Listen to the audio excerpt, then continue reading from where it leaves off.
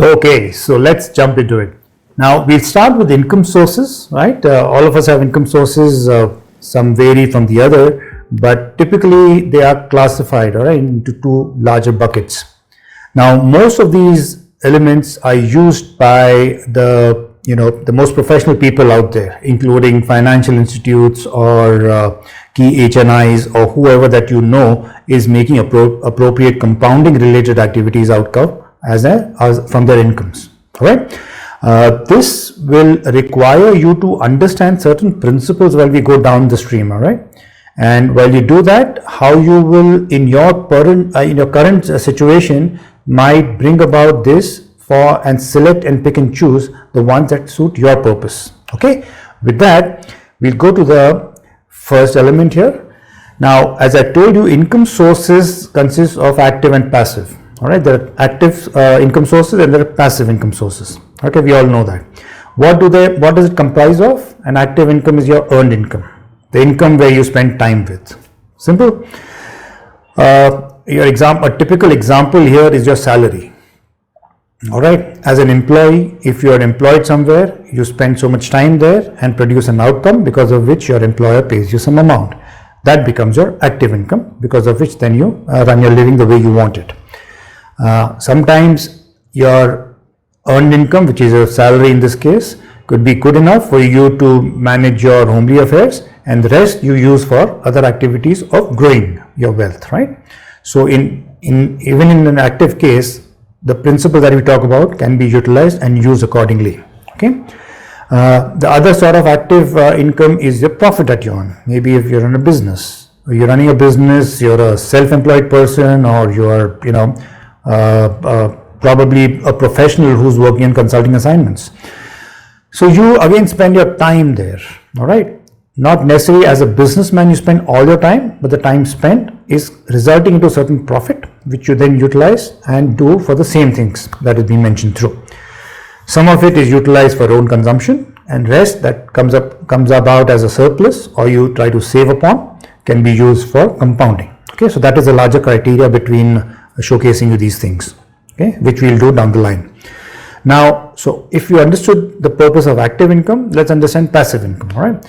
Now, there are more than five actually, but the five that are defined here categorize the larger picture. Okay. So if you see holistically, income sources, about at least 7 exists out there. Okay. There are multiple sources, but each of, once you get into the secondary and the tertiary sources, they all will culminate into these larger kind of buckets, if you will. Okay. So coming back to passive, typically passive income consists of income where your time is not deployed. Okay. Maybe in most of the time is your asset is getting deployed, because of which you get some earned income in a passive fashion. Clear? So what are those income types, right? Interest, something that you put in, let's say a fixed deposit which returns into an interest, or the loan that you give that results into some kind of interest coming your way over and above your principal amount. That's number one. Number two, dividend. You might be part of multiple businesses, right? So some of us we are directors in some of the companies. So those companies, some of the companies you might be actively involved. In some companies you just invested, seen the system, monitor system from a distance of sorts, and that results into some sort of a gained income by the end of the year or quarterly, whatever the criteria could be, and then that results into a dividend income for you, right? Where you are not actively involved, but you go there periodically just to understand how the scheme of things are, in case that's the right place for you and your investments to be in or not. Okay, so dividend income, right? And a critical example again here would be that maybe you might invest in a stock portfolio which consists of maybe top 5 companies of an industry which is doing very well, right? So you just invested one time, and quarterly or a yearly or biannually or whatever that criteria those stocks have kind of confirmed onto. So your portfolio results into certain kind of dividend, which happens in a periodic fashion, and that is again, so in that sense, a passive income for you from a dividend standpoint, right? Then what's a rental income? We all know this, right? Suppose you have a real estate, or you have an asset that you can give subscription on, right, for people to borrow for a certain point of time. So a lease or a borrowing or whatever for a period of time will result into some sort of a a leased outcome, right, which is compensated to you for that asset, which in that sense is your cash flow, and that probably can be termed as rental. Okay, so I mentioned real estate, I mentioned some of your assets, your digital assets, or some other assets which have given out, like machinery or something else, right? That is, you invested one time, now you're just lending it out for people so that when they use that time, right, with that specific asset of sorts, will result into some sort of a rental income. Clear? So that's the third type of maybe a passive income. Capital gain, right?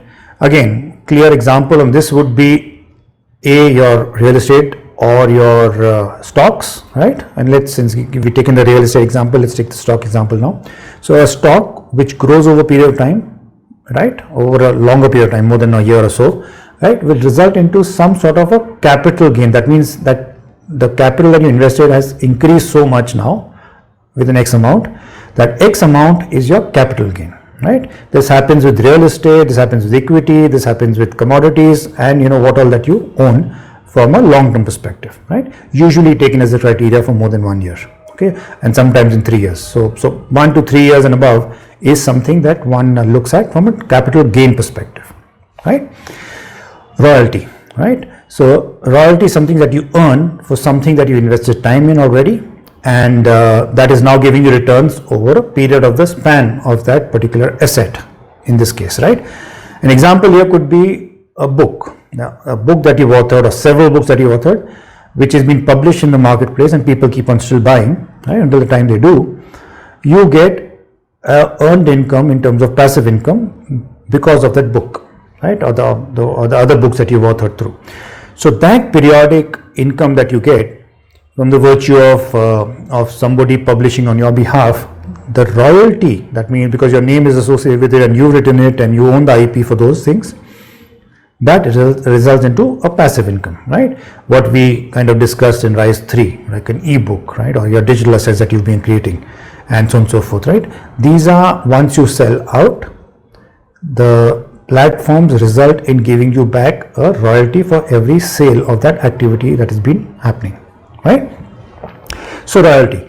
So some of you might be having all the 7 sources of income, people like us, we try to at least go, so until the time now, of course, I have all the 7 incomes, but the goal is not I am getting it, it should be everybody should be getting it, and that's the larger purpose behind Rise 4. So you understand what you can do with whatever you're doing now from Rise 1 to Rise 3, and how you can use Rise 4 to tick mark all the boxes in this, so that even you, if you're not already doing this, are able to do this, or at least you're in the know of these things and you can work towards getting these things done. Okay, so these are 7 largely encompassing sources of incomes, either in the active mode or passive mode. And just to reiterate, active mode is when you put your physical time into getting something done, right? For example, the digital assets you would have done kind of putting your time into and setting systems up. Now, if it's running on its own, it's a system which is running on its own and it's giving you some compensation. That compensation or that input that you get typically could form, if there are partners, then it's a dividend income, or it is an earned profit which comes over a period of time, right? And some of these digital assets that you create might result into something like royalty. Okay, so that is another criteria, or the website that you create for subscription activities, for membership, etc., could result into some sort of a royalty in that sense, or a subscription which will be a sort of a rental outcome of things, right? Be a membership, be a newsletter, be whatever that is. So subscription falls under that category also, with the scheme of things that we discussed. Okay, with that, if you understood income sources, we now dwell deeper into what are the other passive incomes that you can run with, right? And we'll cover specifically dividend ones, the capital gain ones, and to some extent maybe interest and capital and probably some sort of rental. Okay, and I'll see you there.